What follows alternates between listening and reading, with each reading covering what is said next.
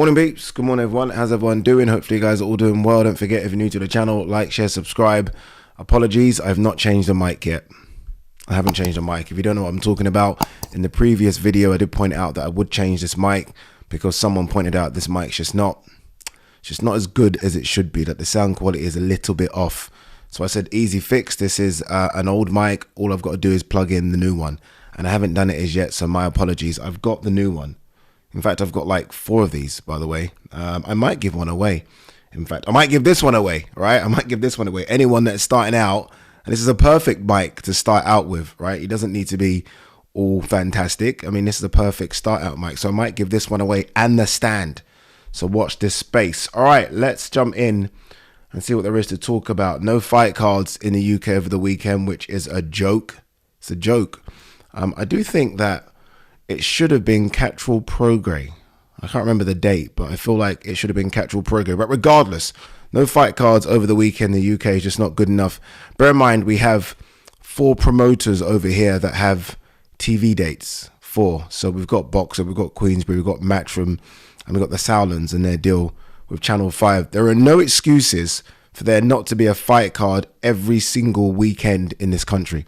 No excuses. Between 4 promoters and all the fighters, there's no excuses. And I feel like everyone's, I don't know, I think like since Saudis have come, and look, by the way, the Saudi involvement has been fantastic, but there has been lesser shows in the UK. Like, I don't know that for a fact, but for someone that works on some shows, I can feel it, that there's been less shows in the UK. And that's just not, honestly, it's not good enough. And look, not all of the shows need to be huge. I'm not saying all the shows need to be the AO Arena in Manchester or the First Direct or the O2. No. Just give us York Hall. Give us York Hall like Denzel Bentley fought at the York Hall, last weekend. That was fine. Give us that. Just give us some good stuff. And right now, I feel like British fight fans are screaming out for fights, and we're not getting them, which is a shame. Especially now that you consider the promoters are somewhat working with each other. Like obviously Eddie and Frank have a bit of a relationship now. Ben Shalom seems to be able to get on and do some stuff with Queensberry. Like, it should be easy to make these fights. It should be easy, but we're not getting them at the moment, which is I think very disappointing, because it's all well and good for the top dogs, and that's what Riyadh season kind of is. Obviously, you get some mid-tier fighters, but the majority of the fighters on these Riyadh season cards are the top dogs. It's all well and good for those guys. I'm talking about the guys that are almost stuck between the small hall shows and those Riyadh season cards. So those kind of mid-tier guys that are kind of in no man's land right now, that just can't get fights. And trust me, I speak to a few of them and they can't get fights. They can't get fight dates. And that's just, again, I think that shouldn't be happening over here when you've got 4 promoters who have TV dates. Shouldn't be happening. Again, we're not asking for fucking gigantic pay-per-view like cards. We're just saying small cards, copper box, York Hall, small arenas. Just put something on for us, please. Please. All right, let's have a look and see what there is to talk about. Perennial underdog Tyler Denny, far from in awe of Hamza Shirez. No, he shouldn't be in awe of Hamza Shirez. He shouldn't be.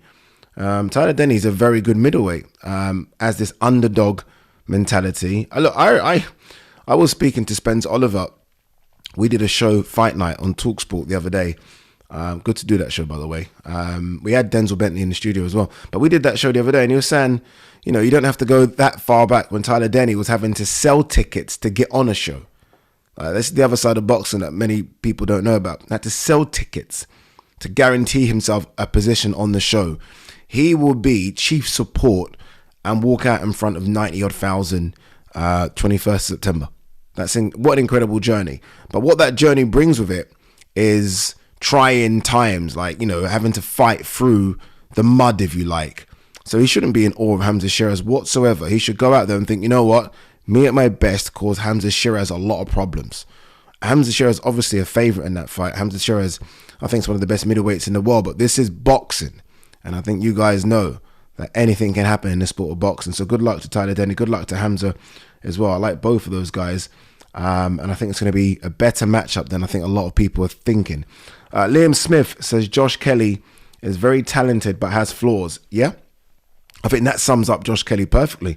Very talented. Like Josh Kelly, I mean, Jesus Christ, this guy has skills to pay the bills, but there are some flaws there as well. It'd be interesting to see what he looks like at 160. Let's not forget his only defeat was to Avanesian at 147. 154 he's looked really good but hasn't fought any of the top dogs. Now he's moving to 160. Does he stay there? Does he come back down to 154? I like this fight. Again, a fight that's kind of going under the radar a little bit, but it's a good fight. Diego Pacheco wanted Edgar Berlanga next, aims for Canelo Berlanga winner. Okay, two different things there. Edgar Berlanga next, I think fair. I'm not too high on Edgar Berlanga. I think that's actually a competitive matchup. The winner of Canelo Berlanga ain't going to happen. You ain't fighting Canelo. Unless Edgar Berlanga can score a home run, you ain't fighting Canelo next. But look, I mean, Pacheco's got Selecki. Let's see how he looks. I mean, Pacheco, was it his last fight? He didn't look that great. And look, anyone can have a day off, but I do think they were trying to, push him to the stars very quickly. Maybe it's a case of just sort of pulling the reins back a little bit. But let's see how he looks against Selecki, who's a very good gatekeeper. You know what I did see the other day? I just want to see if I can find it here. Bryant Jennings. Bryant Jennings came back. Bryant Jennings' last fight was against Joe Joyce. It actually caused Joe a bit of problem. He hurt Joe to the body. I remember that vividly. He hurt Joe to the body a couple of times. But that was 2019. Bryant Jennings is now back. The guy he fought, I can't remember the guy's name, go and look it up, was the most in out of shape physical specimen I've seen for a long time. I'm not even joking. And I'm like, and by the way, how that guy, it was an 8-rounder, how that guy went 8 rounds, he's obviously got a gas tank underneath that just fat. That's what it is. Let's just keep it simple. But Bryant Jennings, for someone that has been out the ring for 5 years, looked in incredible shape. He's 39 now. I don't know what he wants to do. I don't know what. Look, Bryant Jennings, I think, can still cause some guys some problems, but I don't know. I don't know what the want is. I mean, some of you might say, well, the want's money. I get that, and maybe so, but it is a dangerous sport. And, Bryant seems like a smart person. Hopefully he would have put away some of the money he's earned. But I know maybe he looks at the heavyweight division right now and thinks, 1 second, there's a lot of kids that are making good money, and I think I can cause them some problems. Maybe that's what it is with Bryant Jennings. He's still got somewhat of a name. So good luck to him. Good luck to him. But again, for someone that's been out the ring for 5 years, he looked really good. Like shape-wise anyway, he looked really good. So be interesting to see what he does next. Maybe he goes straight in there with a name in a 10-rounder. We'll see. Talking about comebacks, this isn't really a comeback, but I did want to address this the other day, and I keep forgetting to do it. Deontay Wilder. Now, obviously, Deontay Wilder's last 2 fights have ended in defeat. Joseph Parker won. I wasn't too surprised and upset about the Parker one. I think I actually picked Parker. I think if you go look back at my receipts, I think I picked Parker for a couple of reasons. Parker was active and Wilder hadn't fought. I think Wilder only done like a round in 2 years. So you can understand why I picked Parker. But the Parker one I wasn't surprised about. The Zhang defeat kind of made me feel like, okay, this chapter is now closed. Like this Wilder chapter is closed, because the way he was fighting against Zhang, I was like, oh my God, Wilder's fighting, like it was almost like he was scared. Like he was fighting on the back foot, didn't want to engage, and that's not the Wilder we know. Like the Wilder we know is on the front foot and he's trying to take your head off. And that was a completely different Wilder. So I thought, okay, that fighter in him now is slowly starting to switch away and he's becoming a family man and wants to do whatever else he wants to do. That's kind of what I thought. Now, TURKI has come out and said, he came out, I think it was when he spoke to Charlie Parsons. So it's a while back, and he's like, okay, look, if Wilder wants one more, we can do it for Wilder. And some names have been put forward. I think I saw Derek Chisora's name at the front of the queue. No. Let it be. Let it be with Deontay Wilder. This guy it's done. It's done. Trust me, like, I would love nothing more than to see the Wilder of Tyson Fury times, Bermain Stavern, that guy. I'd love nothing more than to see Dominic Brazil, Luis Ortiz, where he has to fight fire with fire. I'd love nothing more, but time waits for no one. Time waits for no one, and not just time, punishment. And unfortunately, Wilder's taken a bit of punishment now in his last few fights. Like, it's over. Don't try and draw him out, because he will come out. He's a fighter. He will come out because A, he would like to fight again. No one wants to go out the way he did against Zhili Zhang. And B, the checks are big. So don't tease him with this, oh yeah, we won more. Let him be. Honestly, let him be. It's not there anymore. And that's okay. It's okay. Like, what we don't want to see is these fighters take unnecessary punishment. Like, Wilder would have made a lot of money in his last fight. Wilder's money in the last 5 fights is more than he's earned in his career, obviously, combined. Like, he would have made a lot of money for those Fury fights, a lot of money for the Ortiz, a lot of money for the Dominic Breazeale, even money for the Helenius, because it was his fight comeback after the Fury defeats, and he certainly would have cashed out against Parker and Zhang. Like, career earnings, well over 150 million, I think. That's fine. Like, what are we doing? He's been a world champion. He's made a lot of money. He seems healthy. Let it be. The fire just isn't there. And if the fire is not there, that's it. Wilder was never been a boxer. He's always been a fighter.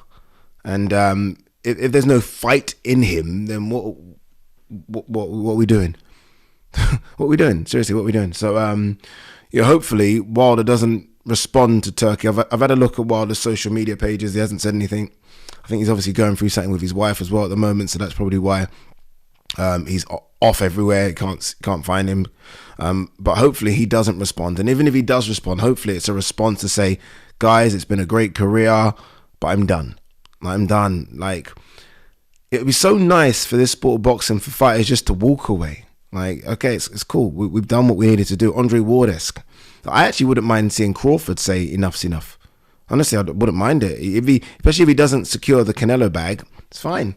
It's okay. So yeah, hopefully we don't see Wilder in a ring anymore. Look, hopefully we don't see Chisora in the ring anymore. Like, even after he's win, it's fine. It's okay, but he wants to get to 50. Like, there are easier ways to get to 50 than Wilder. Like, say what you want about Wilder not being there. That guy, I know it's kind of, we've gone down this trodden path already about if he lands that punch. But if he lands that punch on Chisora, no, we're good. We are good. So hopefully that doesn't happen. All right, anything else? Oh, this was interesting. Joe Cordina. Joe Cordina is now linked up with Ben Davison and Lee Wiley in that team and has left Tony Sims, which came as a bit of a surprise to me. I didn't expect this.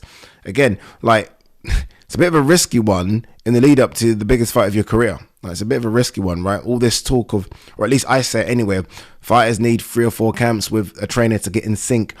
Joe Cordina is such an intelligent boxer, he might bypass that theory. Like, there's obviously a very smart, articulate boxer in there, so maybe he can just get down to business straight away.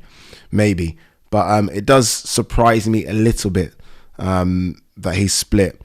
Ben Davison seems to be the man that a lot of fighters are going to at the moment. A lot. Which is good, because it almost creates it almost makes it seem like a team sport, although boxing is never a team sport. It makes it feel like that, because you go in there, you go to training, and there's like 5 or 6 very highly touted world-class fighters in the camp. There's quite a few already. So it brings back, for those fighters that have been under the Team GB banner, it kind of brings back that ethos. So we'll see what happens. I mean, I don't know if it's going to make a difference. I mean, I respect Ben Davison and Lee Wiley and the whole team, and they're very articulate and very attentive, and I get all that, but it's Shakur Stevenson. Another fight card, unfortunately, done, is Dalton Smith. Dalton Smith was supposed to fight John Fernandez. I did read somewhere, but this has now been confirmed wrong, but I did read somewhere that the fight card might still happen, but now the whole fight card's been scrapped.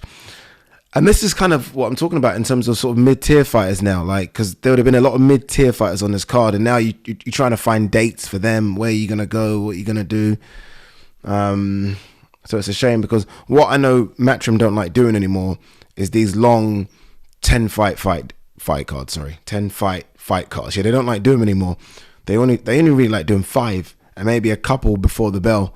So then there's just not enough spaces for all these fighters. So yeah, I don't know what you're gonna do. All right, I think that is it. There was some talk Hopefully we get this announced soon, but there was some talk about Sonny Edwards versus Galal fight. It's a fight that makes sense. That's a tough fight to call, by the way. Very, very tough fight to call.